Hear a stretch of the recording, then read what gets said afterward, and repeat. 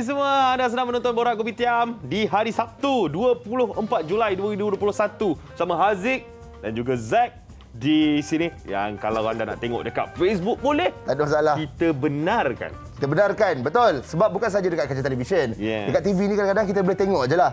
Lepas tu nak komen ke, komen kat mulut. Tapi sekarang orang suka komen kat keyboard. Kan dekat Facebook ni. Jadi kalau anda ada apa-apa yang ingin diberitahu kepada kami, mungkin ada idea-idea dan apa-apa saja aktiviti dekat rumah dan sebagainya, boleh saja komen dekat Facebook, ambil gambar ke, kalau post kat Instagram, post kat Twitter tu #Borak Kopitiam TV3 ataupun message je terus kami di Borak Kopitiam. Nampak kan? Keyboard tu type je. Apa nak type ucapan. Kalau kita nak baca, nanti kita baca. Kita sambil-sambil buka live dekat kita punya handphone ni kan. Kita tengoklah komen korang tu. Komen sekarang di Facebook Borak Kopitiam. Dan sebelum kita masuk ke tajuk kita hari ni, kita nak share dulu mengenai COVID-19. Di mana status terkini, paling terkini adalah semalam petang kita dapat info adalah kes yang sangat tinggi. Betul. Iaitu 15,573 kes baru. Kes sembuh pun agak tinggi 10,094 dan jumlah kes keseluruhan hampir 1 juta iaitu 980,941 kes. Betul, dan ini bukan meragu-ragukan sangat dah lah dan merisaukan kita di mana Selangor mencatatkan kes yang tertinggi 7,672. Ini kira hampir mencecah 8,000 juga dan seterusnya di Kuala Lumpur pun 2,000 dan rata-rata setiap negeri ada kes kecuali tak silap saya kalau kita orang dekat sini Perlis pun dah naik 3. Kalau beberapa hari lepas Perlis kosong tapi sekarang Perlis pun dah ada 3 kes dan sebab itulah jumlah kes baru keseluruhan seperti anda dapat lihat 15,000 lebih. Betul. Dan sekarang ini seperti anda dapat saksikan di kaca televisyen, kes kematian mengikut negeri dan jumlah kematian adalah 144 Zik. Betul. Itu adalah yang kita dapat semalam. Betul. Kita doakan agar hari ini dapatlah menurun kes tak setinggi semalam kan. Dan sebab ada vaksin yang kita dah dapat sekarang ni, semoga dapat kurangkan risiko kita dijangkiti COVID-19. Kita ada beberapa kategori kalau kita tengok kat situ, kategori 1, kategori 2 sampai kategori 5. Betul. Kategori 5 tu kira yang jangkitan paru-paru dan memerlukan ventilator lah. Betul. Kategori 1 tu tiada gejala, kategori 2 gejala ringan. So yang kategori 1 dengan 2 memang ramai, 8,000 dengan 7,000. Kategori 3, 4, 5 tu kalau campur-campur ada 200 lebih kurang kes di kategori 3 sampai 5. Maknanya ada jangkitan paru-paru dan memerlukan bantuan oksigen. Betul tu Haziq. Dan cakap pasal kategori Haziq, ini ada satu perkongsian di mana mungkin kita terlepas pandang. Kenapa sekarang ni ramai masih duk cakap bersama duduk rumah dan sebagainya. Sekarang ini varian baru Delta. Varian baru Delta ni seperti mungkin ada yang tahu dan belum tahu, kita nak kongsikan kepada anda. Ia adalah 2 ke 4 kali lebih mudah merebak dari varian yang sedia ada. Dan ia juga merebak dalam masa yang lebih singkat iaitu 3 ke 5 hari berbanding varian yang sebelumnya iaitu 5 ke 8 hari. Dan individu yang dijangkiti varian ini lebih mudah menjangkiti orang lain. Ini yang paling merisaukan kita, Zik. That's why lah kita kena extra careful sekarang ni. Extra aware bila kita keluar, jangan pergi ke tempat sesak. Tapi kalau boleh, jangan keluar. Stay at home kalau tak ada apa-apa keperluan untuk anda keluar rumah. Tak ada apa-apa benda yang penting kan. Contoh kalau nak pergi beli barang keperluan, discuss dengan suami. Siapa nak pergi bang? Betul. Okay, abang yang pergi. Abang pun pergi, balik rumah tu jangan terus duduk ambil barang ni pergi peluk anak, peluk isteri. Jangan. Pergi mandi dulu. Setuju. Baju tu terus basuh. Letak dekat dalam sabun, air sabun yang dah dibuat tu. Betul. Letak baju dalam tu biar rendam, pergi mandi terus. Supaya buang COVID-19 tu. That's why kalau keluar jangan sentuh telinga, hidung, mulut atau mata. Benda-benda yang senang untuk varian baru COVID-19 ni merebak. Ya, betul Haziq. Saya suka bila Haziq sentuhkan hari itu sebab sekarang ni sebab orang dah biasa tau dengan COVID-19. Jadi orang ingat tak apalah, ringanlah, biasalah dan sebagainya. Kita dah boleh immune. Tuan-tuan dan puan-puan sekalian yang sedang menyaksikan kita di Borak Kopitiam ini, tidak. Okey? Varian baru Delta ni sangat-sangat bahaya sehingga kan ada yang syorkan kepada kita untuk double triple mask tu, Zik. Ya, betul. Jadi berhati-hatilah. Semoga kita sekeluarga, kita doakan kita di Malaysia tidak dijangkiti COVID-19. Alright, dan ini Kita punya tajuk hari ni semalam memang satu upacara perasmian yang gilang gemilang dalam keadaan yang sangat minimalis. Telah pun berlangsung di Tokyo untuk Sukan Olimpik Tokyo 2020. Itu dia kontijen negara. Semuanya 30 orang atlet negara yang bawa harapan rakyat Malaysia. Betul. Dan kalau kita tengok baju yang cantik tu baju persalinan pebarisan kontijen Malaysia semalam di Sukan Olimpik Tokyo 2020 adalah hasil rekaan dari Fakulti Seni Lukis dan Seni Reka UiTM Shah Alam. Betul. Dan baju seperti anda dapat lihat, pakaian dia diinspirasikan oleh kita punya warrior iaitu Laksmana Hang Tuah. Hei kersa ni. Allah di kau. Betul. Ikut color pun tema kita lah. Itu bendera jalur gemilang kita. Itu tema yang cuba dibawakan. Yes. Kalau tengok banyak komen pasal baju tu, yang bawa jalur gemilang semalam Goh Liu Ying dengan Lee Zijia dipuji dapat bawa pakaian tu dengan sangat-sangat baik. Termasuklah atlet-atlet Malaysia yang lain. Hari ini semuanya pasal Olimpik. Dan kita akan bersama dengan mereka yang bersama dengan atlet-atlet negara kita yang berada di Olimpik Tokyo. Betul. Jadi apa-apa pun, jangan ke mana-mana. Kita rehat dulu. Kita kembali selepas ini di Borak Kopitiam. Ini daripada kulit ikan buntal. Saya ada terfikir nak buat sangkar dekat laut untuk bela ikan buntal dalam tu. Kalau kata saya diberi peluang, saya sanggup belajar sampai berjaya. Batu Punggul ini merupakan satu tarikan pelancong yang sangat kaya dengan sejarah dan juga adat budaya legenda dia tersendiri. Keunikan dia macam kelawar seperti bentuk kaki gajah, ayam, ada macam tajau, unik sekali lah.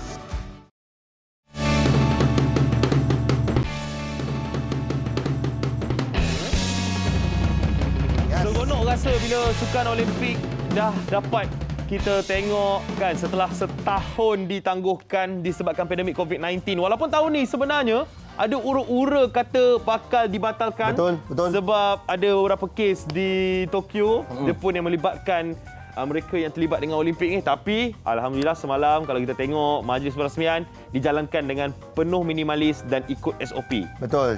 Cakap pasal Olimpik Haziq kita kena sedar bahawasanya kita support semua atlet-atlet yang ada. Tapi siapakah inspirasi mereka ni? Sebab tu sekarang ni kita nak kongsikan bersama dengan anda sejarah Olimpik. Jom kita balik zaman dulu.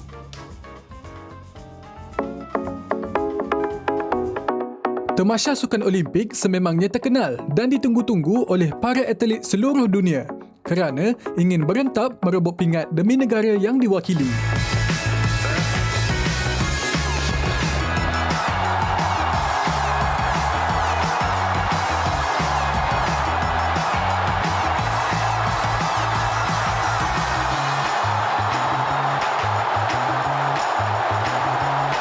Diadakan setiap 4 tahun sekali. Ia mempunyai 2 tamasya yang diadakan berasingan, iaitu Olimpik musim panas dan musim sejuk. It's right on the edge. Berdasar sejarah, tamasya sukan antarabangsa ini bermula sekitar 2,300 tahun lalu. Nama Olimpik diambil bersempena dengan sebuah wilayah di zaman Greek Purba, iaitu Olimpia. Dianggarkan sebanyak 7 acara sahaja yang dipertandingkan ketika itu. Antaranya kategori larian, lempar cakra, gusti dan lumba kuda. Setelah ditunda pada tahun lalu, sebanyak 205 buah negara yang diwakili lebih 10,000 atlet akan berentab di Olimpik Tokyo, Jepun. Sebanyak 33 acara dipertandingkan dan Olimpik kali ini turut memperkenalkan 4 sukan baharu. Ia adalah karate, papan luncur, sukan memanjat dan luncur air. Antara keunikan tamasya kali ini ialah penggunaan barangan kita semula. Sebagai contoh, kepingan cardboard digunakan sebagai rangka katil bagi kegunaan para atlet sepanjang menetap di perkampungan Olimpik. Rangka katil ini lebih kuat dari kayu dan mampu menampung berat sehingga 200 kg. Selain itu, pingat pemenang juga diperbuat daripada peralatan elektronik seperti telefon bimbit terpakai hasil sumbangan masyarakat Jepun. Projek pingat kita semula ini adalah yang pertama dalam sejarah Sukan Olimpik.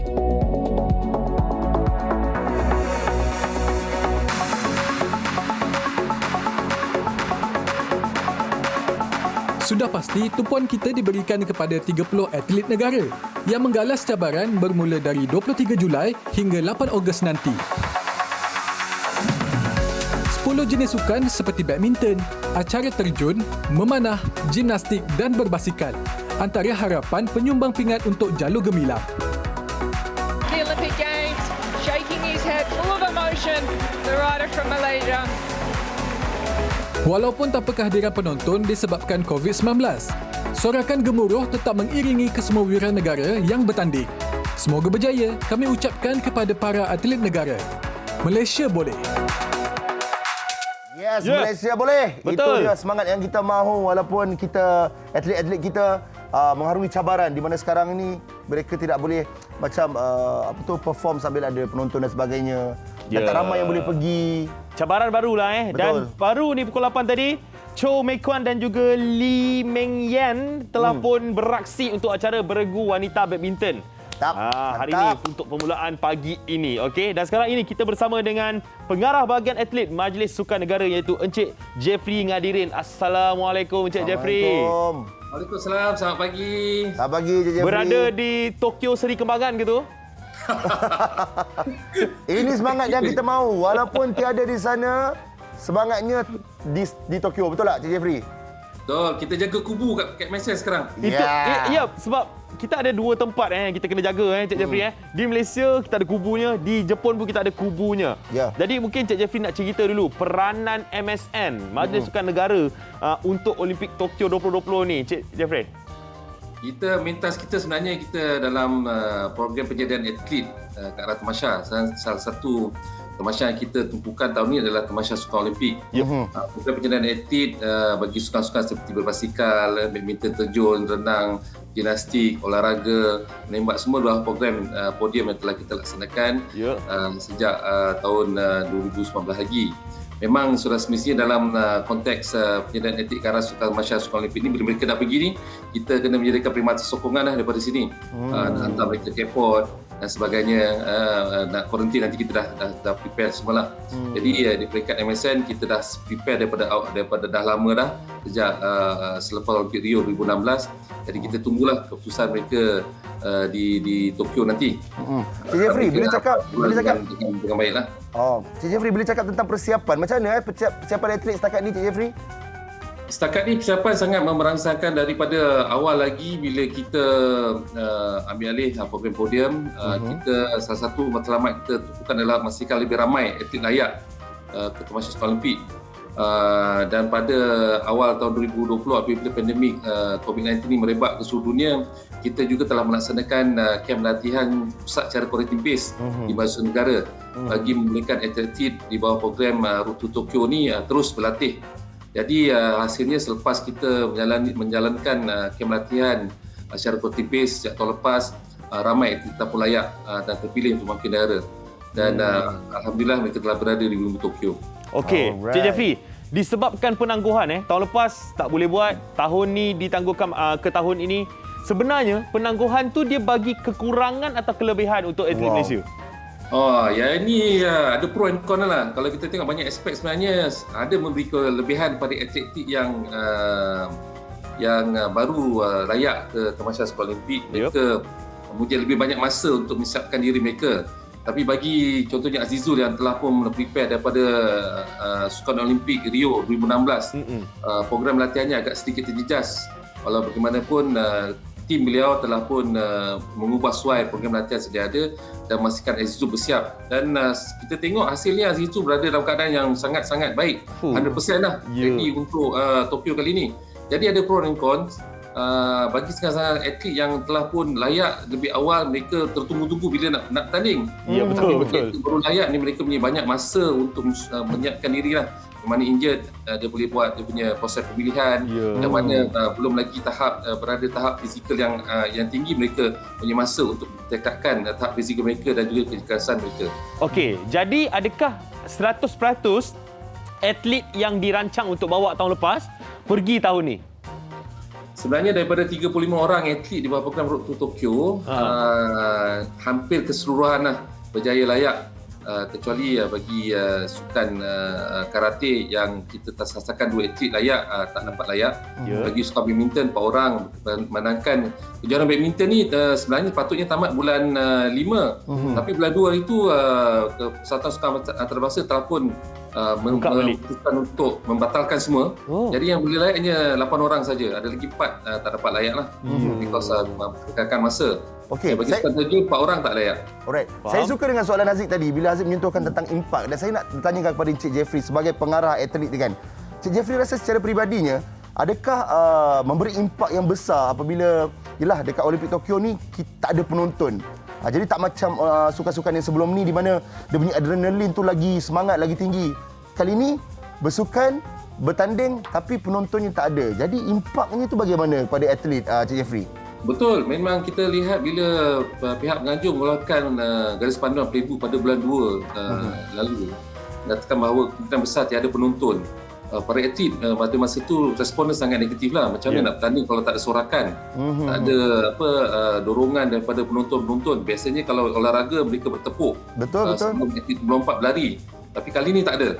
Jadi kita telah pun berbincang dengan jurulatih, bincang dengan atlet dan mendapatkan pandangan daripada pihak ASEAN Psikologi untuk bolehkan para atlet ini bersiap dari segi mental untuk bertanding dalam venue yang kosong. Dan saya rasa mereka telah bersedia dari segi mental dan fizikal untuk memastikan bahawa mereka bertanding ni walaupun tiada sokongan penonton, mereka akan bertanding sungguh-sungguhlah berjuang demi Malaysia. Betul. Alright. Cakap pasal harapan ni Encik Jeffrey.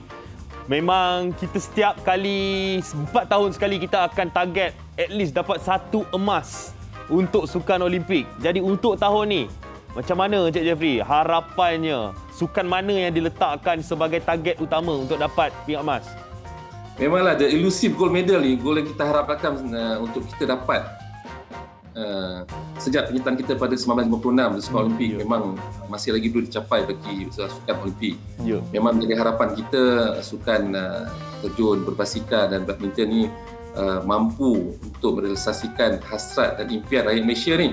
32 juta orang mengharapkan atlet Malaysia membawa pulang pingat emas. Walau bagaimanapun kita kena faham bahawa pandemik ini menyebabkan banyak pertandingan tidak dapat dilaksanakan atau disertai. Daripada 89 kejohanan diseluruhkan terlepas, hanya 32 saja disertai, manakala tahun ini 28. Jadi ini mengurangkan pendanaan pertandingan mereka. Walau bagaimanapun mereka bersedia untuk menghadapi cabaran. Dan saya yakin atlet kita akan cuba habis-habisan berjuang habis-habisan demi Malaysia. Untuk memastikan nama Malaysia dagu negaraku berkumandang di bumi Tokyo pada sukan Olimpik kali ini. Meremang saya Jeffrey dengar tu. Meremang saya. Encik Jeffrey, terima kasih banyak-banyak sebab sudi bersama kami di Borak Kopitiam. Sampaikan salam juga pada atlet-atlet Encik Jeffrey ya. Encik Jeffrey mesti ada grup WhatsApp dengan orang kan? Macam-macam grup ada ni. Posi. Encik Jeffrey ambil gambar. Kirim salam dekat semua orang. Okey. Alright. Okey Encik Jeffrey, Assalamualaikum. Assalamualaikum warahmatullahi wabarakatuh. Baik, itulah dia Haziq Kita di kesempatan ini juga kami di Tim Borak Kopitiam ingin mengucapkan all the best lah kepada semua atlet-atlet yang mana tak tahu sekarang kan TV boleh tengok kat mana-mana, kat Facebook apa tu, tak atlet tengah tengok ni. Semoga semua atlet yang bawa harapan rakyat Malaysia ni dapatlah memberikan sesuatu untuk Sukan Olimpik 2020 ni. Okey, dan kita ada satu berita sedih di mana legenda badminton negara kita iaitu Datuk Misbun Sidek kehilangan isterinya semalam iaitu Datin Latifah Sidek yang telah pun disahkan menerusi akaun Twitter Majlis Sukan Negara MSN sekitar 9 malam tadi. Bagaimanapun punca kematian tidak dimaklumkan dan duka citanya kami maklumkan kepada anda penonton Borak Kopitiam. Kita sama-sama untuk panjatkan doa dan sedekahkan Al-Fatihah buat arwah, semoga ditempatkan di kalangan orang-orang yang beriman. Al-Fatihah.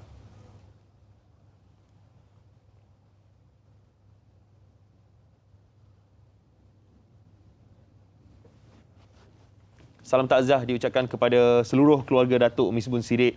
Semoga tabah menghadapi ujian ini. Dan insya-Allah apa-apa pun yang terbaik kita doakan kepada keluarga. Dan sekarang ni kita nak kongsikan kepada anda masih lagi di mood Olimpik. Kita masih lagi nak cerita pasal sukan Olimpik yang memang tengah hot, tengah hangat, tengah trending sekarang ni. Kalau kita pergi kat Twitter, hashtag sukan Olimpik akan ada logo kat tepi tu keluar automatik. Betul. Dia memang untuk meraihkan Olimpik tu. Ya, sukan Olimpik tau. Boleh guna hashtag tu sekarang. Dan sekarang ni kita bersama dengan VT kita ni. Kita nak cerita pasal Wira Negara. Jom kita saksikan. Tahun 2021 adalah kali ke-16 Malaysia menghantar para atlet dalam Tamasya Sukan Olimpik semenjak kali pertama memasuki kejohanan itu pada 1956. Sepanjang 65 tahun penglibatan, atlet negara telah berjaya menggenggam 11 pingat di dalam pelbagai acara. Secara keseluruhannya, 7 pingat perak dan 4 gangsa telah berjaya diraih. Mari kita lihat pemenang pingat bagi Malaysia di Sukan Olimpik. Siapa yang tidak mengenali legenda pemain badminton negara adik-beradik Siddiq? Pada 1952, Razif dan Jalani Siddiq berjaya membawa pulang pingat gangsa dalam acara beregu lelaki di Barcelona. Manakala Razif Siddiq pula memenangi pingat yang sama bagi acara perseorangan lelaki di kejohanan Olimpik Atlanta, Amerika Syarikat 4 tahun kemudian.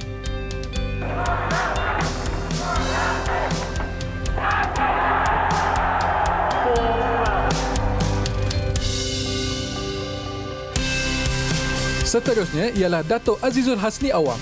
Anak jati kelahiran Dungun Terengganu ini merupakan pelumba basikal trek profesional yang telah memenangi pelbagai pertandingan peringkat dunia. Antaranya menjadi juara di kejohanan lumba basikal dunia Melbourne, Australia dan pingat emas acara kirin dan pecut 200 meter di kejohanan trek Asia pada tahun 2008.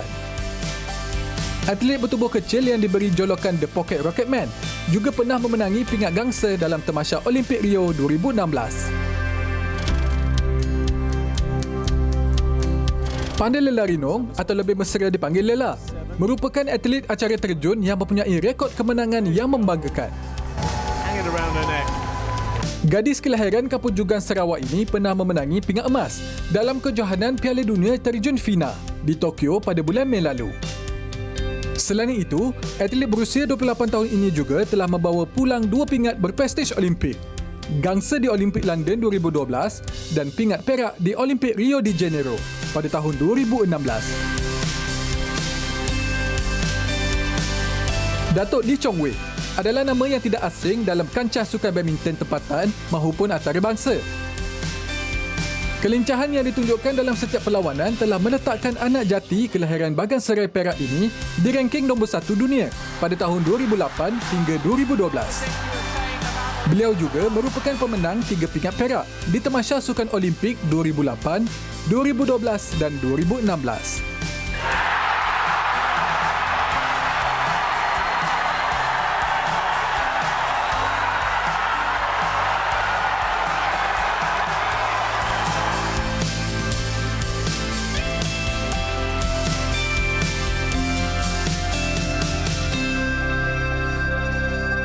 Itulah dia wira-wira negara kita di Tamasya Sukan Olimpik sebelum ini, dan kali ini ramai lagi wira yang bakal dilahirkan di Sukan Olimpik Tokyo 2020, dan antaranya adalah atlet pecut negara iaitu Azrin Nabila. Betul. Yang kita tengok dapat membawa harapan untuk acara 100 meter. Betul. Di Sukan Olimpik. Betul. Dan cuma beza je hari ni Haziq, kita berpeluang untuk berbual dengan ibunya.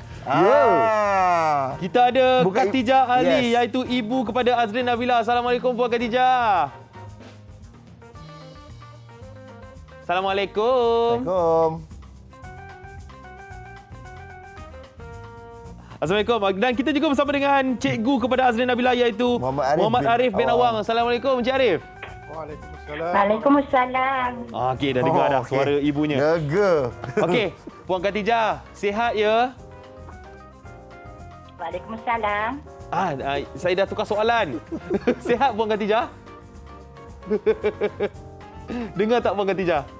Dengar tak suara kami? Okey, gini cikgu, kita tanya cikgu dulu. Cikgu Arif, cikgu antara orang yang terawal yang nampak potensi Azrin ni waktu di sekolah kan?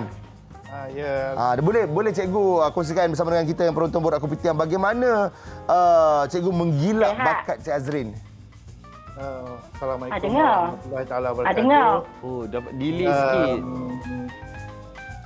Untuk Azrin Nabila, pertama saya ucapkan sabar dan tahniah dulu kepada Azrin Nabila kerana melayakkan diri ke Sukan Olimpik Tokyo 2020 ni. Ya. Okey, sebenarnya dari Azrin Nabila ni dia bakatnya dicungkil semasa umur beliau 11 tahun lagi. Semasa tahun 5 dia dah dipilih ke kejohanan olahraga peringkat MSSM. Wow. Semasa di Ipoh, saya ingat saya di Ipoh. Maknanya peringkat negeri lah Peringkat kebangsaan. Peringkat kebangsaan ya? Ya, peringkat kebangsaan lagi. Dia dah dipilih ke peringkat kebangsaan. Darjah 5. Fuh. Masa darjah 5. Kebetulan pada tahun tu dia saya ingat saya dia demam dan kena cempok. Tahun tu dia tak dapat perform dengan baik. Dan 2012 dia masih mewakili negeri ke peringkat kebangsaan. Dan bermula 2013 dia mula masuk ke sekolah kami lah, di Sekolah Sukan Negeri Terengganu, SMK Bukit Nenas. Ya. Di mana di situ dia dilatih oleh coach Cikgu Nizam yang mula melatih beliau lah. Okay, dan alhamdulillah seawal tahun masa dia berumur tingkatan 1 pun dia dah mula dapat pingat emas. Dia bawa 4 kali 100 meter bawah 15 tahun. Ya, okey, itu perasaan cikgunya. Perasaan ibunya pula, Puan Siti Khatijah. Macam mana perasaan puan apabila anak dapat layak ke Sukan Olimpik ni, Puan Siti Khatijah? Sebenarnya agak delay sikit bunyi kita, sound kita. Saya merasa bangga kerana pencapaian anak saya. Okey, itulah tak terkata sebenarnya kan. Ya. Tapi tak apa, kita mungkin boleh pihak tadika pun tengah membetulkan. Tengah cuba untuk baiki sedikit teknikal kita bersama dengan Puan Siti Khatijah. Kita bersama dengan Cikgu Arif dulu. Cikgu nak tanya cikgu. Ya, saya. Dari awal apabila Azrin perform daripada darjah 5 tu, adakah kita boleh nampak bakat Azrin ni yang kita boleh sampai ke tahap international, boleh sampai ke Olimpik, boleh letak sasaran? Dah nampak ke waktu tu? Masa tu? Okey, terima kasih Tuan. Jadi semasa tahun 5 saya di peringkat sekolah rendah jadi cikgu-cikgu sekolah rendah yang kena pasti. Cuma saya dah masa tu saya bertugas sebagai pengurusi teknik negeri olahraga negeri Terengganu dan kena pasti di mana Azrin ni dia sebenarnya kakak dia pun pernah mewakili negeri Terengganu dalam sukan olahraga juga. Okey. Kakak Azrin saya ingat saya tahun 2003 pernah mewakili negeri Terengganu di kejohanan olahraga MSSM. Kakak, jadi kebanyakannya keluarga dia ni daripada atlet olahraga lah yang disiplin dan saya memang berhasrat tinggi lah di mana dia dapat menjadi champion satu masa nanti. Amin. InsyaAllah. Dan kita bersama dengan ibu kepada Azrin Nabila, tapi tadi kan kita ada masalah teknikal sikit untuk video call. Kita bersama dengan Puan Siti Khatijah di talian. Assalamualaikum Puan. Waalaikumsalam. Okey, baru dengar. Kita panggil ibu boleh, ibu? Boleh. Okey, ibu. Nak tanyalah, sebenarnya Azrin Nabila ni ikut siapa aktif sukan olahraga ni, ibu?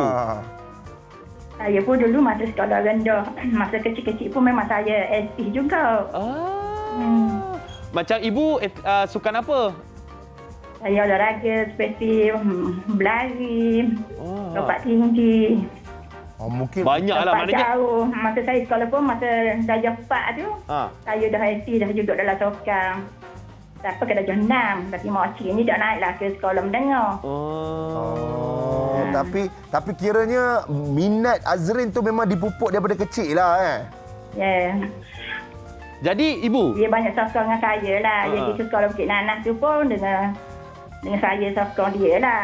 Dia tak nak pergi pun saya yang suruh pergi. Saya rindu macam-macam betul. lah saya buat janji dengan dia. Oh, kita rindu betul dengar cakap gini, cakap ganu gini. Lama tak klik ganu.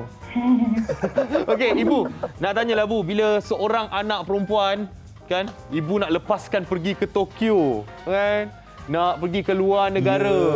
betul. Macam mana Bu? Apa pesanan Ibu dekat Azrin Bu masa nak pergi tu? Apa yang Ibu cakap kat Azrin? Saya cuma ingat dia seperti jaga-jaga diri lah tempat orang. Semayang jangan tinggal. Allah. Pak Azrin ni biasa pergi selalu je kat luar negara. Saya tak susah lah. Okay, Oh, dah biasa. Dah biasa dah keluar. dia pergi.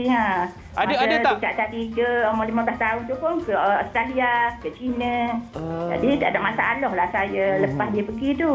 Ibu, mungkin Ibu boleh kongsikan dengan kita kan antara kenangan sepanjang Azrin Nabila sebelum ialah mewakili Malaysia untuk ke Olimpik dan sebagainya. Ada tak kenangan-kenangan yang Ibu tak boleh lupakan? Saya tak boleh lupa lah masa tahun lepas tu.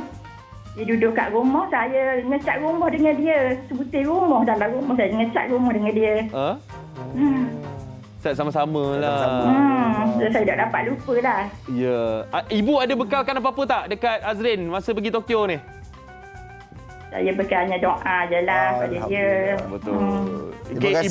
Ibu, terima kasih banyak-banyak Bu. Kita doakan agar Azrin dapat perform, dapat bawa pulang pingat untuk Sukan Olimpik Tokyo 2020. Okey, Bu? Amin. Alright. Terima kasih, Bu. Ya, dan kita terus bersama dengan Cikgu Arif. Cikgu, mungkin sedikitlah pesanan dan juga harapan untuk Azrin. Kalau Azrin ada buka-buka Facebook sikit tengok Borak Kopitiam ni. Daripada kamilah di Sekolah Menengah Kebangsaan Bukit Nenas, Sekolah Sukan Negeri Terengganu yang mewakili Jabatan Pendidikan Negeri Terengganu mengucapkan sabar dan tahniah kepada Azrin Nabila yang melayakkan diri ke kejohanan yang sangat berprestij lah. Memang impian sekolah kita di mana kita punya tagging tag sekolah yang pertama sekali kita nak melahirkan Olympian daripada negeri Terengganu. Create Olympian from Terengganu-rian. Kita punya tagline. Teruskan usaha dan all the best kepada Azrin. Ingat pesan cikgu, tiada halangan melahirkan peluang. Itu besar-besar saya tulis tag di Dewan Markah Sekolah. Okay? Tiada halangan melahirkan peluang. Itu yang harapan kita lah. Ayat tu pun dengar dah semangat dah cikgu. Ya, terima kasih banyak-banyak kita ucapkan kepada Ibu Khadijah Ali dan juga Encik Muhammad Arif bin Awang, cikgu kepada Azrin Nabila. Terima kasih banyak sebab sudi bersama kami di Borak Kopitiam. Terima kasih cikgu. Okey, sama. Okey, Assalamualaikum warahmatullahi wabarakatuh. Haziq ada tak? Macam yelah sekarang Haziq kan famous, Sekolah TV sebagainya. Ada tak cikgu-cikgu yang call Haziq ke apa ke? Ada je. Ada. Antara cikgu yang pernah kita Haziq sekarang banyak communicate kat Facebook. Antaranya ramailah cikgu-cikgu macam dekat Facebook, macam ada cikgu Mas Nura, Puan Liza, itu daripada diploma, lepas tu degree ada Puan Syarina. Ada lah, memang ramai. Daripada sekolah sampailah pergi kita dapat nampak apa tu wajah cikgu dan ibunya bangga tau. Betul. Baik, jadi itu kita akan banyak lagi kongsikan bersama dengan anda berkenaan dengan Olimpik dan sebagainya. Tapi kita beri ruang kepada segmen JMTV kita. Kita ada siapa Haziq? Susuka. Let's go.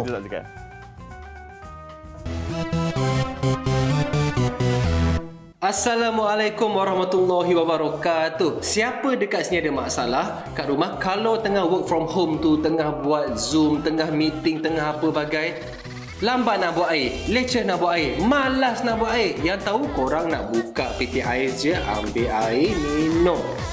Siapa ada masalah tu? Mesh ni Susuka bantu. Hai, nama saya Rafi Yaakob dan saya adalah pengasas Susuka Rose Bandung. Air Rose Bandung yang terbaik, tersedap di Malaysia.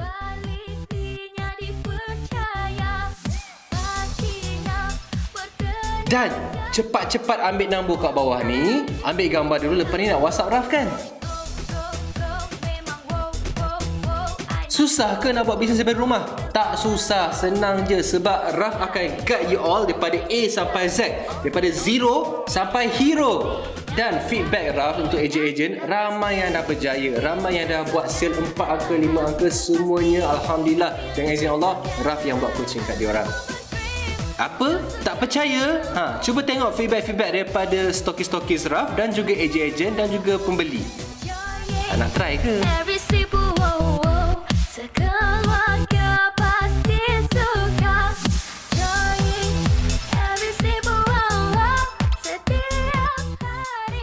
Nampak tak nombor kat bawah ni? Cepat-cepat ambil, Raf akan tunggu WhatsApp. Dan guys, sempena dengan 2 hari ni, kalau nak cuba, Raf buat promosi. Satu carton ni, kotak besar ni, ada 24 pouch, ada 4 crate dan harga dia hanya RM90 sahaja. Jimat RM18. Cuba rasa dulu, order nombor dekat bawah ni, Raf tunggu. Jom jana pendapatan bersama Susuka, sertai kami segera. Hubungi nombor tertera atau layari susuka.my.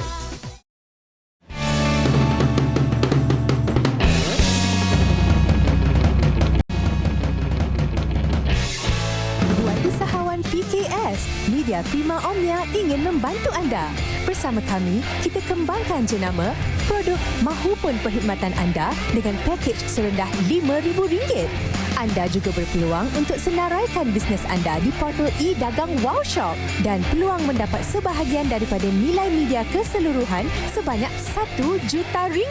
Tertakluk kepada terma dan syarat. Sertai kami sekarang. Buat semua usahawan PKS, perniagaan kecil sederhana. Media Prima Omnia nak membantu anda.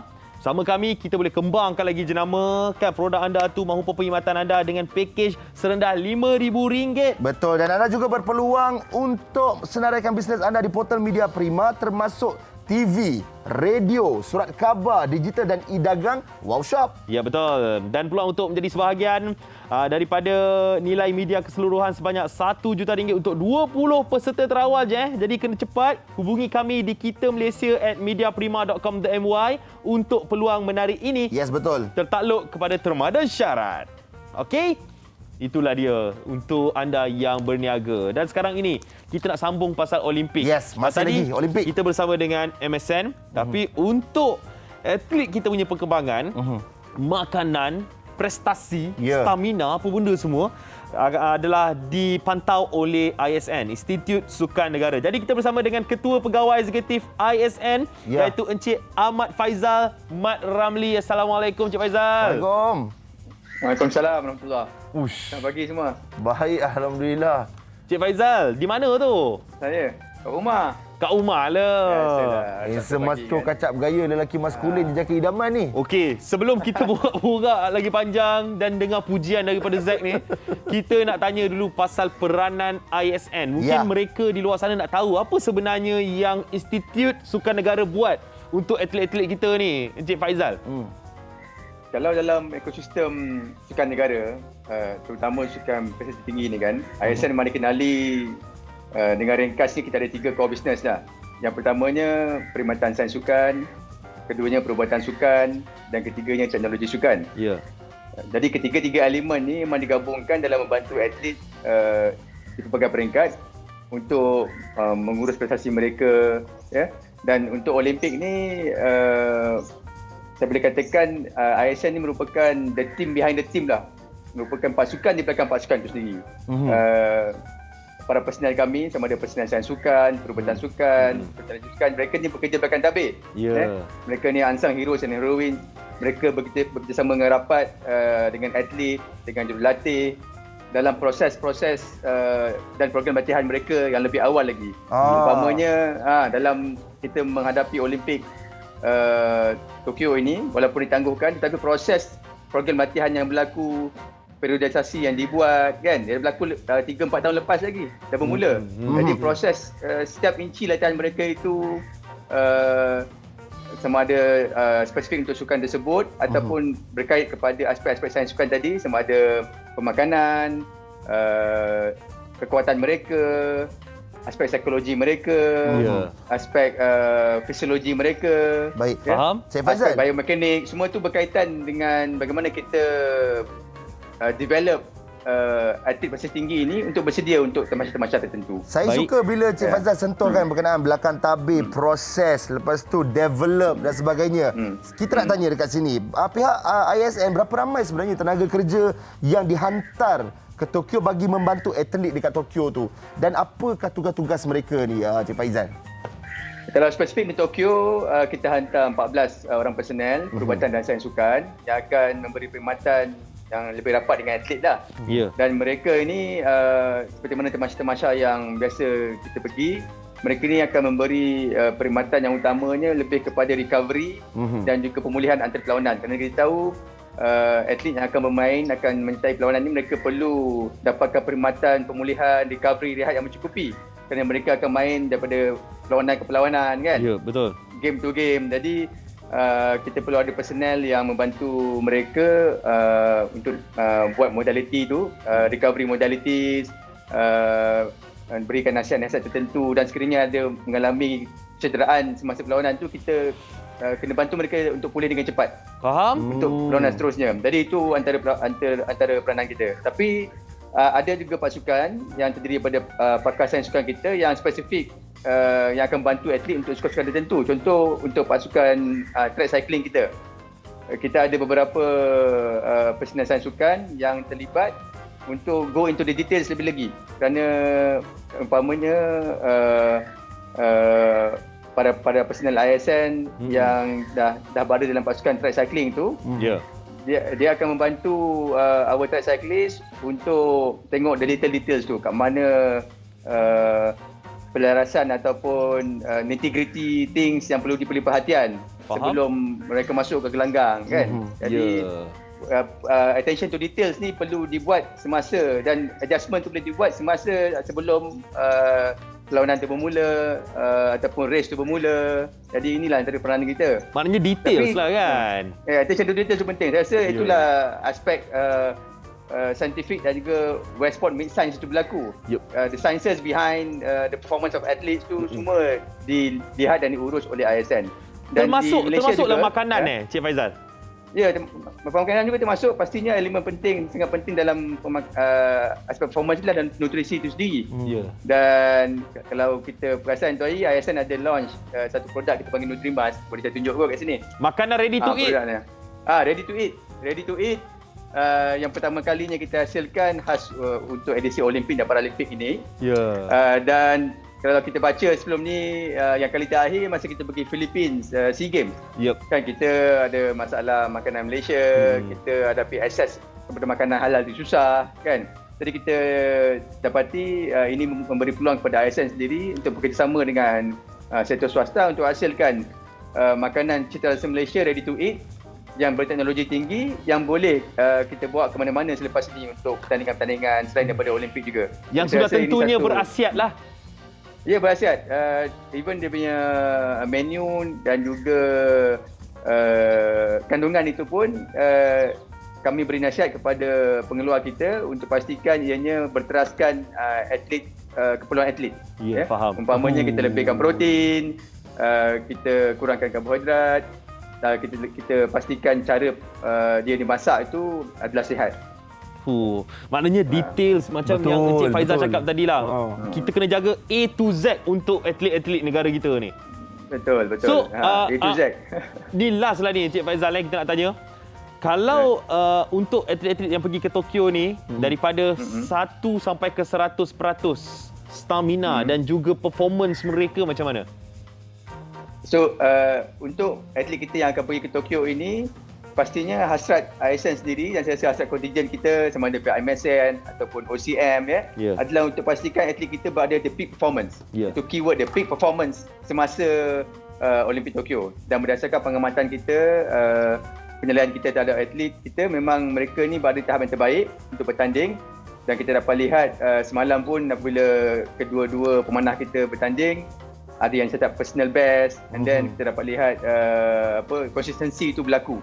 Seperti mana yang kita simulasikan semasa latihan, pertandingan simulasi dan sebagainya. Dan inilah hasrat kita, kerana kita tahu secara realistiknya tidak semua atlet yang pergi itu adalah medal contender. Mereka mempunyai KPI masing-masing, objektif masing-masing, sama ada to set dia punya personal best ataupun to set national record, dan ada juga yang akan go for podium. So masing-masing ada objektif mereka masing-masing. Alright. Baik. Peranan kami di ASN pastikan mereka dapat mencapai objektif tersebut. Amin. Ya, bila kita dengar Encik Faizal cakap ni je, kita dah tahu dah plan yang dilakukan untuk atlet-atlet kita ni semua memang lengkap dan juga memang sangat-sangat detail. Terima kasih banyak-banyak Encik Faizal sebab sudi bersama kami di Borak Kopitiam bagi tahu dekat penonton-penonton apa peranan ISN. Yes. Terima kasih Borak Kopitiam. Assalamualaikum. Assalamualaikum. Waalaikumsalam. Ya, okey. Itulah dia kan. Baru kita tahu sebenarnya ISN ni untuk apa, MSN tadi untuk apa. Nampak? Itu adalah dua badan yang berbeza yang untuk atlet kita. Betul Aziz, tapi satu benda yang macam membuatkan Zack terfikir sejenak di mana walaupun dalam fasa yang penuh cabaran sekarang ni, mereka ni sebenarnya kena kuat bukan skill saja tapi dekat sini. Yes, tapi masa menonton tengok sukan Olimpik tu, antara benda-benda yang menaikkan semangat kita, yang menaikkan kita punya adrenalin tu adalah pengulas dia. Betul. Komentator dia. Betul. Memang kalau kita dengarkan, itu dia. Panahan daripada pemanah kita. Itu dia terjunan daripada Pandan Lelarinong. Ya. Smash yang dilakukan oleh Lizzie Jia. Contoh. Contoh komentator. Macam cok baru. Nampak? Cuba. Alright, jadi kita bersama dengan bekas pengulas sukan Malaysia. Jom kita saksikan.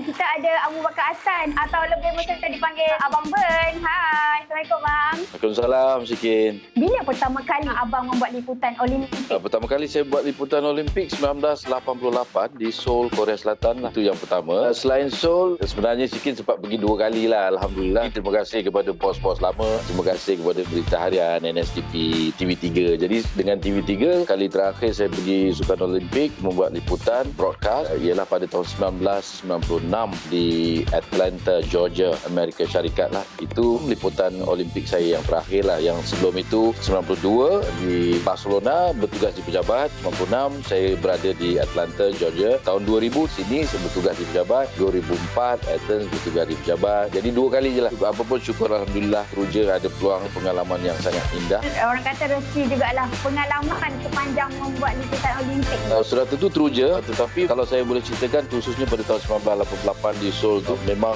wow. Saya rasa sekarang pun wartawan-wartawan sukan, baik wartawan, petugas televisyen, media cetak maupun media elektronik itu dah dikatakan pinnacle lah, kemuncak karier sebagai seorang wartawan ke orang media lah khususnya kan. Waktu itu kita lebih kepada cabaran yang sangat besar, tamasya yang sangat global. Contohnya pada tahun 1988 tu sebagai seorang wartawan baru 4-5 tahun saya menjadi seorang wartawan sukan, saya dapat pergi membuat liputan sukan Olimpik. Jadi yang pertamanya wow, ini adalah satu tamasya global yang benar-benar global. Jadi banyak perkara-perkara baru yang kita tak pernah lihat dalam penganjuran mana-mana kejohanan lah. Di situlah baru kali pertama, oh begini caranya mereka melakukan. Oh begini susunan servis sistem rangkaian shuttle. Mereka menunggu wartawan, mereka mengambil wartawan daripada satu lokasi ke satu lokasi. Jadi sistem pengangkutan yang efektif digunakan, yang sangat memudahkan wartawan. Tetapi tujuannya bukan sekadar untuk memudahkan wartawan, tetapi untuk menjayakan sukan itu dengan selancar-lancarnya. Waktu itulah kali pertama lihat poster yang besar-besar yang menyambut kedatangan atlet dan menyambut juga kedatangan warga media seluruh dunia. Jadi untuk wartawan juga tengok waktu itu barulah kali pertama kita lihat. Kalau Syikin kan masa tu first time kita tengok informasi maklumat tentang sebuah perlawanan sukan, perlawanan bola sepak misalnya ataupun acara gimnastik, acara renang dan sebagainya. Bila saya tengok susunan ada 12 perenang, ada catatan peribadi, maklumat yang begitu lengkap yang tak pernah saya lihat sebelum itu. Maklum sajalah ya, ini Olimpik kita bukan nak membandingkan, tapi di Sukan Olimpik juga lah kali pertama untuk mana-mana wartawan saya rasa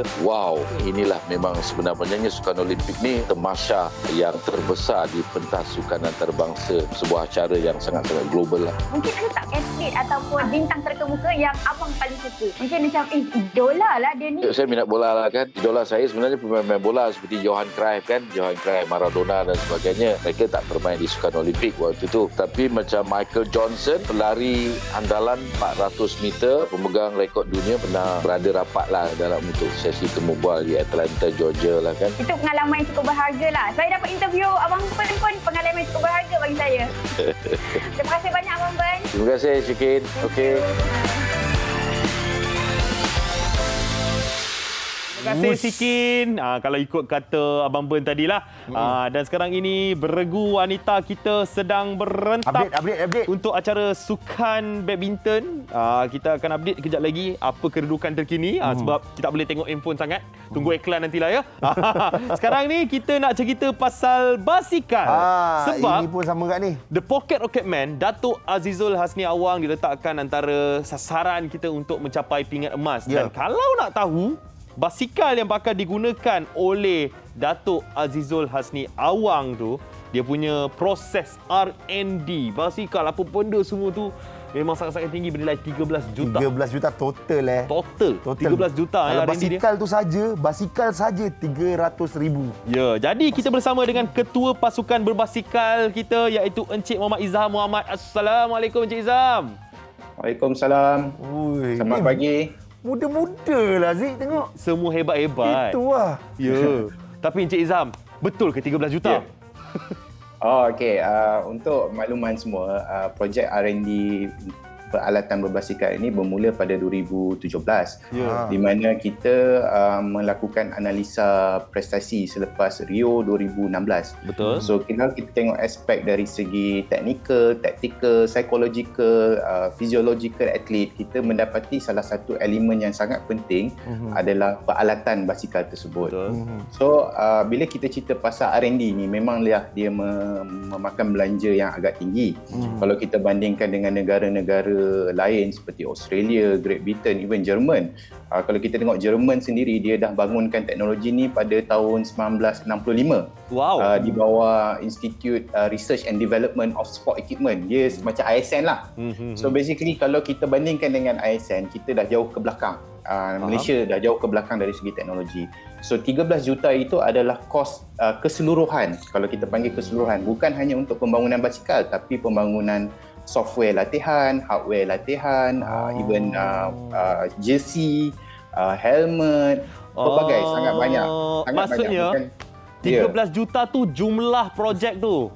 Projek tersebut, jumlah projek yang merangkumi segala-gala aspek, termasuk transfer knowledge di mana pakar-pakar tempatan belajar rapat dengan syarikat yang berbangkalan di United Kingdom lah. Faham. So kos 13 juta tu memang agak tinggi, tapi kalau dibandingkan dengan negara-negara lain, kita dikategorikan fast track lah untuk mempercepatkan proses tersebut, sebab kita sasarkan pada Tokyo 2020 kita kena ada ready made punya basikal dan teknologi-teknologi lain lah. Kalau kita tengok, kita bangunkan wheel kita sendiri. Kalau kita tengok wheel tu, basikal, handlebar, segala-galanya. Semua sendiri Semua sendiri kita bangunkan dengan kerjasama teknologi yang berbangkalan di United Kingdom lah. Maknanya basikal tu sendiri 300,000. Ya, harga untuk penetapan syarat UCI di mana Badan Dunia Berbasikal dia menetapkan syarat untuk Tokyo 2020, dia mewajibkan semua teknologi-teknologi yang akan digunakan di Olimpik 2020 wajib dipasarkan. Di mana sebelum ni kalau kita tengok pada Beijing Olimpik, London Olimpik, Rio, even sebelum-belum ni lah, teknologi ini dibangunkan secara rahsia oleh pasukan-pasukan tersebut. So bila kita nak beli teknologi diorang tak dia ada banyak cabaran dia lah. Contohnya dia letakkan harga yang sangat tinggi, dia letakkan waiting list ataupun minimum order. So banyak cabaran kita nak beli teknologi tersebut. So apa yang kita boleh lakukan hanya membeli basikal-basikal atau peralatan yang berada di pasaran ketika itu. So untuk 2020 kita UCI menetapkan syarat tersebut. Oleh yang disebab itu, semua negara sebenarnya boleh mengakses teknologi-teknologi negara lain. Sebabkan itulah kita meletakkan beberapa harga yang agak tinggilah supaya kita punya teknologi tidak boleh digunakan pakai oleh negara lain lah. Kita nak manage, kita nak maintain kita punya kelebihan dalam teknologi tersebut. Okey, Cik Izham, sebut pasal teknologi, Cik Izham pun ada sentuh berkenaan dengan kelebihan. Itu yang kita nak tahu. Apakah kelebihan basikal ni? Sampai harganya gitu, teknologi apa yang dipakai dan sebagainya, Cik Izham? Okey, kalau kita fokus kepada teknologi basikal tersebut, asas dia adalah dia didesain, direngka bentuk khas untuk atlet pecut, di mana Datuk Azizul Hasni Awang, Syah Firdaus dan atlet-atlet negara lain yang kita dominan in event sprint lah. So kita design khas dalam bentuk aerodinamik. So kalau kita tengok sukan berbasikal track ini adalah seperti sukan F1 di mana reka bentuk, aerodinamik semua memainkan peranan yang sangat tinggi. Oleh dan disebab itu kita gunakan kaedah analisa melalui wind tunnel, which is kita tengok rintangan angin bagi atlet-atlet dengan peralatan yang digunakan. So itu yang pertama, reka bentuk. Yang kedua adalah bahan yang digunakan untuk basikal tersebut, iaitu kita gunakan carbon fiber yang sangat berkualiti tinggi. Ringan sangat ringan dan sangat kuat, stiff. So kita kena melakukan berbanyak ujian dalam makmal, stiffness, keselesaan atlet tersebut terhadap basikal. Setiap atlet dia ada cara pecutan dia. So design itu memenuhi keperluan atlet tersebut. Itulah yang kita panggil specialization lah kepada atlet tersebut. So kalau kita tengok dia punya handlebar tu 30 dia punya narrow handlebar, sangat narrow. So itu dia sesuai dengan bentuk badan atlet kita. Adakah Azizul Hasniawang juga terlibat dengan proses R&D basikal tu selain daripada menguji basikal tu lah?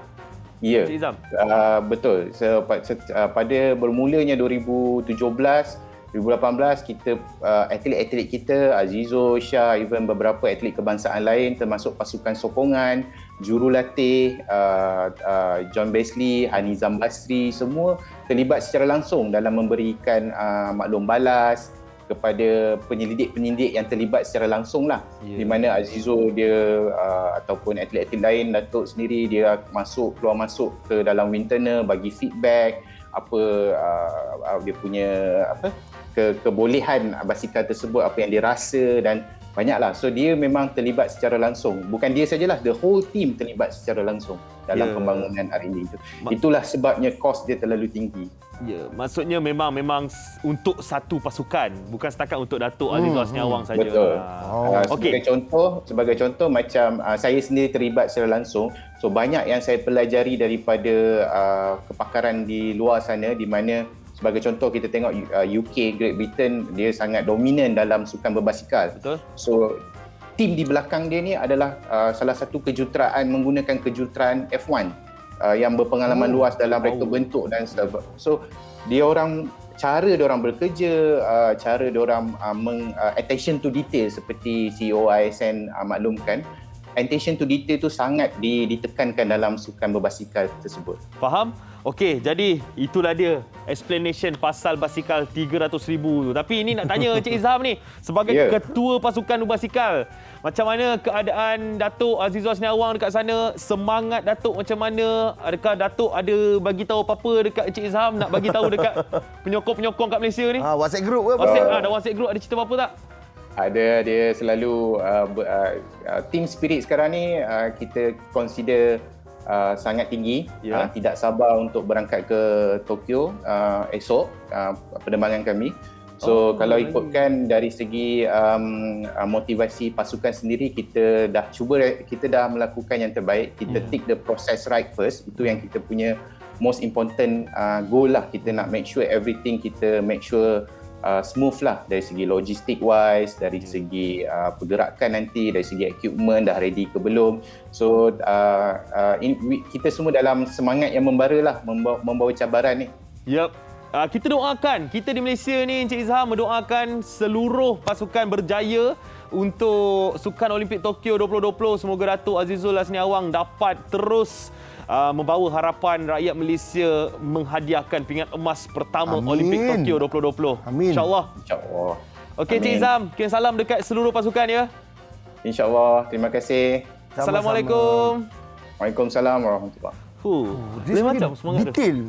Nampak kita ingat ke kayu basikal sebenarnya banyak sangat proses. Nampak tak dia angkat basikal dari macam mana? Ya. Ringan basikal tu kan? Ringan. Lagi ringan dari kita. Apa dia? Lagi ringan dari kita. Betul, lagi ringan dari kita. Alright, sekarang ni kita nak bersama dengan GMTV kita ni. Sis Phil, jom kita saksikan. Kulit anda kusam, ceragat mula muncul. Dah guna pelbagai skincare RM1, tapi kulit tetap nampak bermasalah? Jangan bimbang, saya ada solusinya. Hai, Assalamualaikum. Saya Rosta Jaafar, Head of Division Sales and Marketing Reference Nasional Berhad. Dan saya adalah pengguna tegar Siveris. Tahu ke tak, badan kita perlukan vitamin C setiap hari. Lagi-lagi dalam situasi sekarang ni, vitamin C perlu diambil untuk tingkatkan imunisasi badan. Namun, tubuh manusia tidak menghasilkannya secara semula jadi. Disebabkan itu, kita perlukan vitamin C daripada sumber luar. Siveris mempunyai kandungan vitamin C yang diperlukan oleh tubuh kita. Lebih menarik, jika anda ambil Siveris secara konsisten setiap hari, ia dapat membantu kulit anda kembali sihat dan lebih cerah. Apa yang lebih hebat lagi, Siveris turut mengandungi 2 bahan aktif dan premium. Masih lagi semangat Olimpik kita. Atlet-atlet luar biasa terus semangat walaupun tak ada penonton. Mereka terus memberikan yang terbaik untuk membawa jalur gemilang. Malaysia boleh. Nampak badminton, terjun, berbasikal. Semuanya harapan kita memanah, lumba lari. Haziq dulu pernah tak waktu sekolah lu pernah tak ada rasa macam nak aku nanti dah besar aku nak jadi wakil negara lah. Ada je. Sama Zack pun. Semua orang masa sekolah kan. Masa buat lompat. Saya dulu lompat jauh. Zack badminton. Masa main lompat jauh tu dapat menang lah pingat tu. Bila menang pingat tu rasa macam rasa macam menang pingat Olimpik. Lepas tu bila last Haziq rasa tiba-tiba macam Haziq dah terpesong ke tempat lain? Darjah 1. Darjah 1 dah start apa? Darjah 1 start, darjah 1 terpesong dah. Aduh, tapi itulah kan, sebenarnya bukan satu proses yang mudah. Bila kita lihat atlet-atlet ni kan, kita ingat ke bersukan ni seronok sahaja semata-mata. Tapi sebenarnya terlalu banyak pengorbanan dari segi masa, kena tinggal keluarga dan sebagainya. Lepas tu, perit sakit yang mereka lalui sewaktu latihan dan sebagainya. Paling utama, makan kena jaga. Tak boleh nak makan sembarangan. Bab makan kena jaga tu lah yang Zack dah tamat dah tu. Bila last jaga makan? Zack last jaga makan sekolah. Sekolah Zack main badminton. Lepas tu memang habis sekolah tu hanyut lah. Hanyut. So that's why lah kalau kita tengok atlet-atlet kita yang pergi ke Tokyo 2020 ni bukan setakat dia orang pergi nak fight macam tu je. Ini membawa dia orang punya perjalanan daripada Rio 2016 hari tu sampai ke sekarang. 5 tahun masa yang diambil untuk kita sampai ke Olimpik Tokyo 2020 ni. Jadi 5 tahun punya perjalanan tu akan kita tengok hasilnya di Sukan Olimpik Tokyo 2020. Semalam kalau kita tengok majlis perasmian, dengan muka yang sangat bangga walaupun mereka semua pakai face mask kan. Betul. Tapi nampak daripada mata mereka yang mereka tak sabar sebenarnya. Kenalah dengan pakaian yang bertemakan Laksamana Hang Tuah tu. Kan. Baju sangat cantik dengan bawa jalur gemilang. InsyaAllah kita akan dengarkan lagu Negaraku buat pertama kalinya berkumandang dekat pentas Olimpik. Jadi sekarang ni sebelum kita bersama dengan Jacqueline Victor kejap lagi, kita nak tengok dulu JMTV apa yang dijual kali ini. Hai, Assalamualaikum, selamat pagi. Adakah anda mengalami masalah kulit, dah buat rawatan laser, dah beli macam-macam jenis produk untuk rawatan kulit, tetapi masalahnya masih ada? Perkenalkan, satu serum yang bakal mengubah keseluruhan penampilan wajah. Inilah serumnya, serum Low Leaf.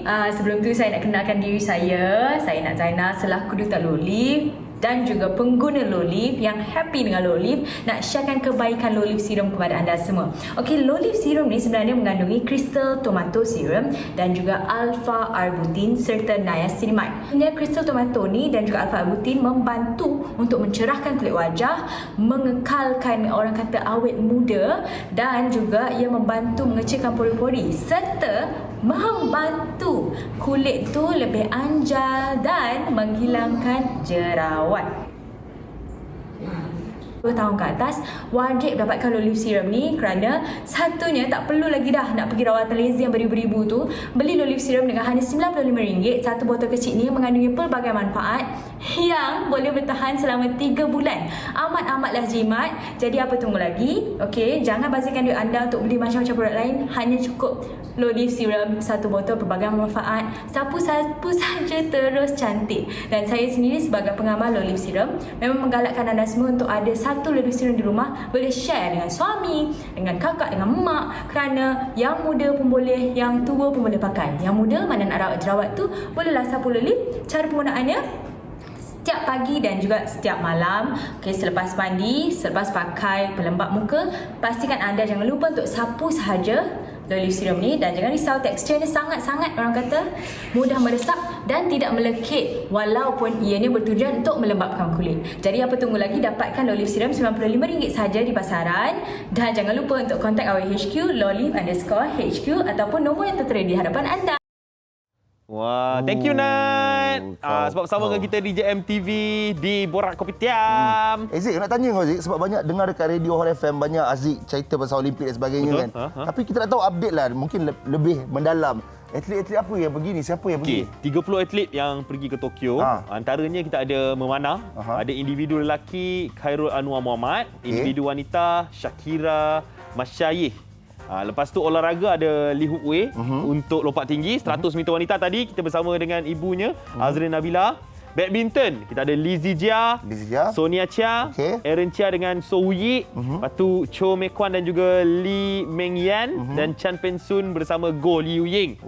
Berbasikal Datuk Azizul Hasni Awang, Muhammad Shah Firdaus, lepas tu ada dua acara Kirin dan juga Pecut. Terjun. Ini pun antara yang diletakkan sasaran pingat. Harapan emas. Nur Dabita Sabri ada, Eng Yan Yi, Panda Lela Rinong, Cheong Jun Hong dan juga Leong Munyi. Ya, itu yang pergi. Lepas tu ada golf. Golf pun ada? Golf pun ada. Siapa sih? Gavin Green dan juga Kelly Tan. Gimnastik Farah N. Abdul Hadi. Dan untuk lelaki ada Jeremiah. Pelayaran Khairul Nizam Muhammad Effendi, Nur Shazrin dan juga Nur Aisyah Jamil bersama Juni Karima. Menembak ada Suryani Muhammad Taibi. Dan untuk renang ada Wilson Sim dan juga P. Jing N. Itu antara atlet-atlet kita yang pergi ke Tokyo 2020. Tapi ada suara yang turut pergi ke Tokyo. Itulah dia.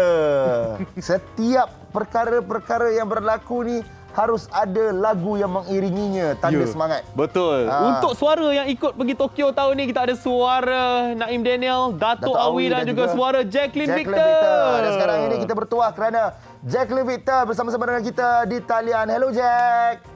Selamat pagi, hai. Hai Jack, pagi Jack. Macam mana tahun ni punya lagu Olimpik? Jack dapat menyanyikan bersama-sama lagu rasmi kontingen Malaysia ni Jack. Okey, saya sangat berbesar hati sebab dipilihlah antara semua penyanyi. Dia pilih saya. I'm very happy and proud sebab bila kita bawa lagu yang menjulang lagi nama Malaysia, I think it's a big achievement. So setiap kali saya dapat peluang pilih, saya memang very happy lah.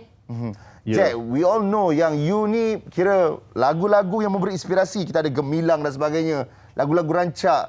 Memang tak terasing lah dengan Jacqueline Victor. Betul? Tapi apabila untuk projek lagu untuk Olimpik Tokyo ni melibatkan Dato' Awi, generasi kita panggil legenda, and then Naim Daniel, wakil daripada anak-anak muda kita bersama dengan Jacqueline Victor. Boleh kongsikan sedikit tak bagaimana prosesnya? Proses merakamkan lagu ni? Ya, proses merakamkan senang ke susah ke? Apakah perbezaan lagu ini dan perasaan bila dapat berduet bersama dengan Dato' Awi dan juga Naim Daniel? Okey, bila saya dapat tahu mengenai lagu ni, memang lagu ni dah siap. Cuma belum really dipecah-pecahkan di punya part siapa yang part mana apa semua. Tapi Naim dah menyanyi and I think saya dengar Dato' Awi pun dah menyanyi. So saya kena selitkan dirilah kat dalam tu.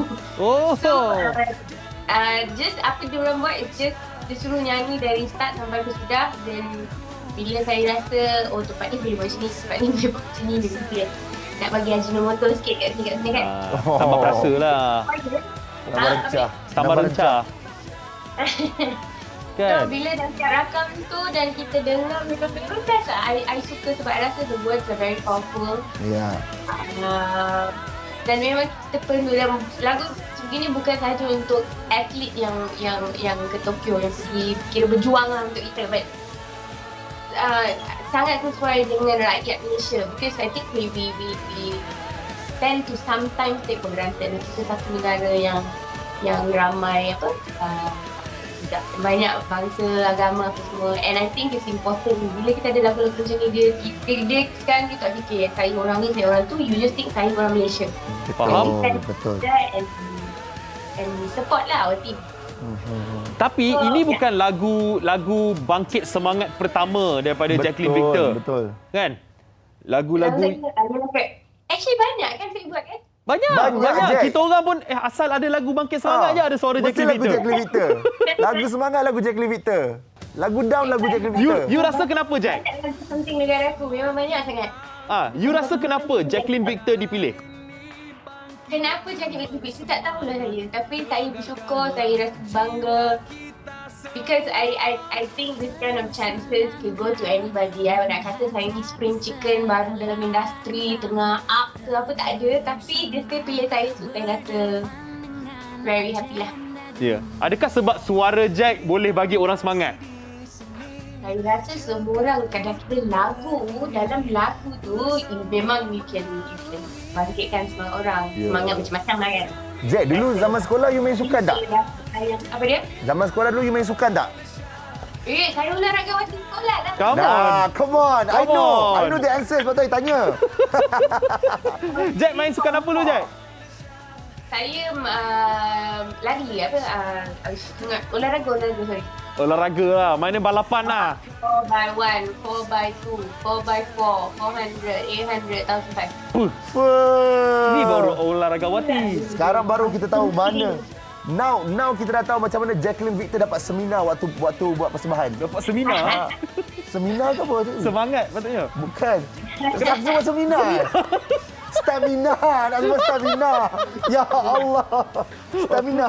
Okey, Jack. Selain daripada lagu Demi Malaysia lah kan, lagu yang kita dengar sekarang, lagu untuk Olimpik Tokyo, ada lagi tak lagu-lagu baru yang Jacqueline Victor bakal keluarkan peminat-peminat nak dengar ni? Saya dah cakap pasal benda ni berapa tahun dah, belum buat apa lagi pun. Belum buat apa lagi, Jack? Sekarang ni, apa dia? Belum buat apa-apa lagi untuk tahun ni? No, what I mean is I've been talking about coming up with a song for so many years. Dah sampai bertahun dah bercakap ada lagu dan tiba-tiba tak jadi, ada lagu tak jadi. Janganlah salah kamu kena tak pakai makeup ni. Apa yang Jack menunggu? Apa yang Jack nantikan untuk keluar satu single Jacqueline Victor tu? Aku dah tak tahu dah apa benda sebenarnya. Sekarang ni kan ada banyak masalah dengan COVID. Yelah. So I have to prioritize the few other things first lah. I have to make sure my children are okay. Ya. Apa je lagu yang Jack tak pernah nyanyi? Lagu sedih pernah. Lagu Satu Harapan pernah. Kan? Lagu apa? Lagu Rancak. Bersamamu. Lagu Gemilang. Lagu Bersamamu. Duet. Lagu romantik. Ni lagu Sebelah Jiwaku dia ala-ala rock. Betul. Genre dia macam big band nak menari punya style. Yes. Adakah Jack nak try traditional punya lagu? Oh my goodness. Saya rasa Jacqueline Victor ni dia Usain Bolt industri lah. Dia laju cepat, lepas tu dia macam dah tak tahu nak buat apa sebab dia dah menang semua. Tak ada. No. I need to put something out soon. Yes. Kita semua memang tunggu Jack. Kita look up nak tunggu Jack punya plan baru. Tapi untuk Olimpik, harapan Jacqueline Victor sebagai rakyat Malaysia dan juga penyanyi lagu Demi Malaysia. Saya harapkan yang terbaik for Malaysian team. It's a big deal lah kita berada dekat antarabangsa ni. We have so many amazing talents. So I think if you just keep your country in your heart and you just do what you can lah. At the end of the day, we'll all be very proud. Yes, thank you so much Jacqueline Victor. Jack, thank you sebab sama dengan kita orang pagi ni di Borak Kopitiam. Sama. Tak make up pun cantik. Gini Jack. Tinggal dekat dalam kereta kat bawah tak sempat nak pergi. Alright Jack, thank you so much Jack. Semoga dipermudahkan segala urusan you. Bye-bye Jack. Safe one. Okay, bye-bye. Alright, bye-bye. Wow, itulah dia Jacqueline Victor. Lagu yang bersemangat, asal ada lagu bersemangat, kita akan dengar suara Jacqueline Victor. Sebab ialah kita perlukan semangat itu untuk atlet-atlet negara kita di Olimpik Tokyo 2020. Betul. Dan juga saya nak tekankan selain daripada semangat, kita perlukan stamina yang cukup, bukan seminar tuan-tuan dan puan-puan. Seminar. Aku tadi dah seminar dah. Dah seminar dah dia. Okey, tapi sebelum tu saya nak ambil sikit antara aksi untuk Olimpik hari ini. Ada badminton, sekarang ni sedang berlangsung. Cho Mei Kwan, Lee Meng Yan, Aaron Chia dan juga So Woo Yik pun akan beraksi hari ini. Chan Peng Sun dan juga Goh Liu Ying juga hari ini. Gimnastik, Jeremiah akan beraksi hari ini dan juga untuk renang. Kita ada Wilson Sim untuk 400 meter freestyle. Jadi itulah dia antara sukan-sukan yang melibatkan atlet Malaysia hari ini di pentas Olimpik Tokyo 2020. Okay? Betul. Apa-apa pun terima kasih kepada anda kerana sentiasa bersama dengan kami. Saya Zack Merican dan juga Haziq Husni. Esok kita ada bakat seni bersama dengan sahabat kita Muaz dan juga Fiona. Betul. Jangan lupa untuk tingkatkan seminar anda supaya kita dapat terus bersukan. Aduh. Habis tingkatkan seminar. Yes, alright. Jangan lupa untuk terus support atlet kita, terus bagi kata-kata positif di social media, gunakan hashtag Sukan Olimpik. Akan ada logo kat belakang tu dekat Twitter, kan? Betul. Kita ucapkan terima kasih kepada anda. Kita jumpa lagi. Assalamualaikum. Salam Sukan Olimpik. Salam Sukan Olimpik. Kita tinggalkan anda dengan lagu Demi Malaysia. Bangkitlah bersemangat, tegarkanlah jiwa kita semua. Terus melangkah menghadapi segala rintangan, teguh bersama berdepan dengan agenda dunia. Kita masih di sini, cekal